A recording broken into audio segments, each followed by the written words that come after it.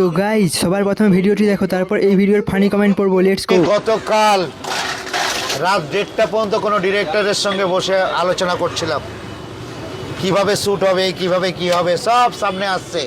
আমি আসতে চলেছি বড় পর্দায়, বলিউডে আসতে চলেছি। रुको जरा सबर करो। এটা বলতে পারবো না কোথায়। तो चलिए शुरू करते हैं। শিওর রাতে বাংলা খেয়েছিল, তার নেশাটা এখনো কাটেনি। তোর মাথায় অসুবিধা আছে, এখনো সময় আছে ডাক্তার দেখা।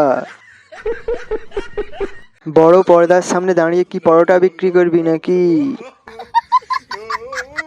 এই মাল কি আইআইটি বাবার গাঁজাটা খেয়েছে নাকি?